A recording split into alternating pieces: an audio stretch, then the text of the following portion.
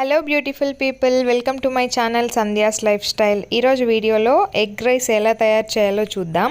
Egg rice కోసం ముందుగా ఒక కడాయి తీసుకొని అందులోకి ఆయిల్ తీసుకుందాం. ఒక 3 to 4 టేబుల్ స్పూన్స్. అది హీట్ ఎక్కనిద్దాం.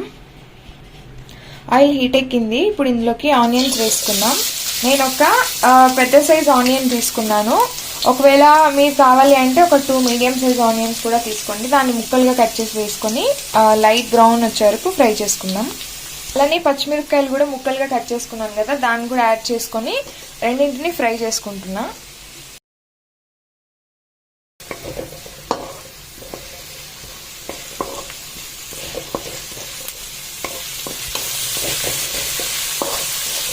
ఆనియన్స్ త్వరగా ఫ్రై అవ్వాలంటే కొద్దిగా సాల్ట్ వేసుకొని ఫ్రై చేసుకోండి, త్వరగా ఫ్రై అయిపోతుంది. ఆనియన్స్ బాగా ఫ్రై అయింది. ఇప్పుడు నేను ఇందులోకి ఒక టేబుల్ స్పూన్ అల్లం వెల్లుల్లి పేస్ట్ వేసి ఇది కూడా పచ్చివాసన పోయే వరకు ఫ్రై చేసుకుంటున్నా. అలానే కరివేపాకు కూడా వేసుకోండి, వేసి ఫ్రై చేసుకోండి. దీన్ని కూడా ఇది అల్లం వెల్లుల్లి పేస్ట్ పచ్చివాసన కూడా పోయింది. ఇప్పుడు ఇందులోకి మనము ఎగ్స్ యాడ్ చేసుకుందాము.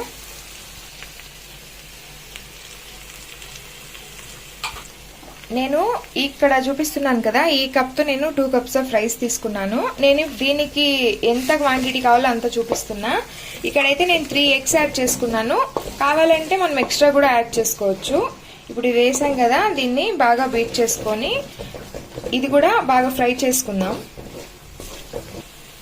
ఇప్పుడు ఇందులోకి కొద్దిగా పసుపు వేసుకుందాం. ఈరోజు నేను ఎగ్ రైస్ బాస్మతి రైస్తో చేసుకుంటున్నాను. ఇది ఆల్రెడీ నేను బాయిల్ చేసాను, అంటే ఉడకబెట్టి ఆరబెట్టి పెట్టుకునేసాను, చల్లారబెట్టి. చూసారు కదా పొడి పొడిగా. ఇప్పుడు నేను దీన్ని ఇప్పుడు ఎగ్ ఫ్రై అయింది కదా, దీంట్లోకి యాడ్ చేసుకుంటున్నా. ఎగ్ అనేది ఒక 70% అలా కుక్ అవ్వాలి, కొద్దిగా తడిదనం అలానే ఉండాలి. అప్పుడు ఇది రైస్కి అనేది బాగా పడుతుంది. ఇప్పుడు ఇందులోకి రుచికి సరిపడా ఉప్పు వేసుకుందాం. రైస్ వేసుకున్న తర్వాత ఫ్లేమ్ని సిమ్లో పెట్టుకొని ఇవన్నీ వేసుకోండి, ఎందుకంటే వేసుకునే టైంలో మళ్ళీ అడుగు అంటేస్తుంది. అన్ని సిమ్లో పెట్టి వేసుకున్న తర్వాత మళ్ళీ మీడియం ఫ్లేమ్లో పెట్టి ఫ్రై చేసుకుందాం. అండ్ ఇంకా నేను ఇక్కడ చిల్లీ పౌడర్ యాడ్ చేసుకుంటున్నా. ఈ మిరప్పొడిలో ఆల్రెడీ ధనియాల పొడి కూడా యాడ్ అయ్యింది. 1 టేబుల్ స్పూన్ అంతా నేను ఇప్పుడు తీసుకున్నది. దీంట్లో మీరు హాఫ్ ధనియాల పొడి, హాఫ్ చిల్లీ పౌడర్ అలా కూడా తీసుకోండి. ఇప్పుడు దీన్ని మొత్తం బాగా ఒకసారి కలుపుకొని ఫ్రై చేసుకుందాం.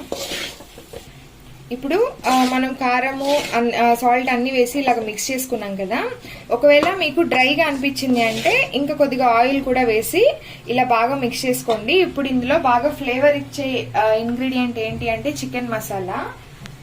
నేను ఇందులోకి ఒక 1 టీ స్పూన్ అంతా చికెన్ మసాలాని వేసుకుంటున్నాను. ఇది వేసుకోవడం వల్ల టేస్ట్ అనేది బాగుంటుంది. ఒకసారి మీరు కూడా ఇలా ట్రై చేయండి. నేను చాలాసార్లు ట్రై చేశాను, బాగుంది, అందుకే ఇక్కడ చూపిస్తున్నా. ఇది వేసుకున్నాం కదా, దీన్ని బాగా ఇది కూడా మిక్స్ చేసుకొని ఒక 2 to 3 minutes కుక్ అయితే సరిపోతుంది. ఫ్లేమ్ ఆఫ్ చేసుకునేయడమే. చూసారు కదా, దీన్ని బాగా మిక్స్ చేసుకున్నాను. ఇప్పుడు దీన్ని హై ఫ్లేమ్లో పెట్టి, అంటే మీరు మిక్స్ చేస్తూనే ఉండండి ఒక 2 to 3 minutes. ఇది బాగా ఫ్రై అయిపోతే ఆఫ్ చేసేద్దాం. అండ్ ఇంకొకటి, ఇక్కడ నేను చిల్లీ పౌడర్ యాడ్ చేశాను కదా, ఆ చిల్లీ పౌడర్ ప్లేస్లో మీరు పెప్పర్ కూడా యాడ్ చేసుకోవచ్చు. మీకు రెస్టారెంట్ స్టైల్ లుక్ వస్తుంది. లేదు పెప్పర్ వద్దు అనుకుంటే ఇలా చిల్లీ పౌడర్ కూడా యాడ్ చేసుకోవచ్చు.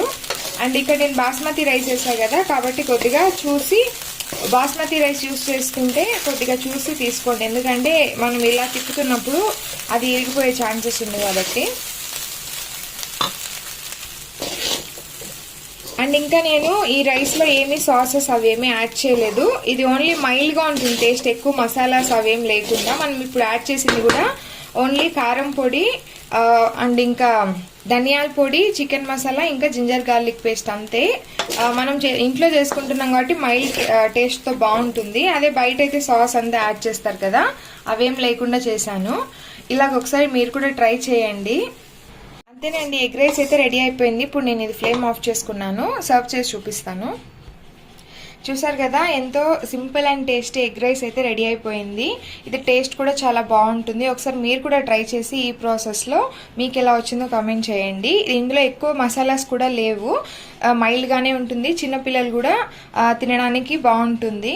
అండ్ ఇంకా ఇక్కడ చిల్లీ పౌడరు, పచ్చిమిర్చి 2 వేసాను నేను ఇందులో, కాబట్టి కారం అనేది మీరు కొద్దిగా చూసి వేసుకోండి.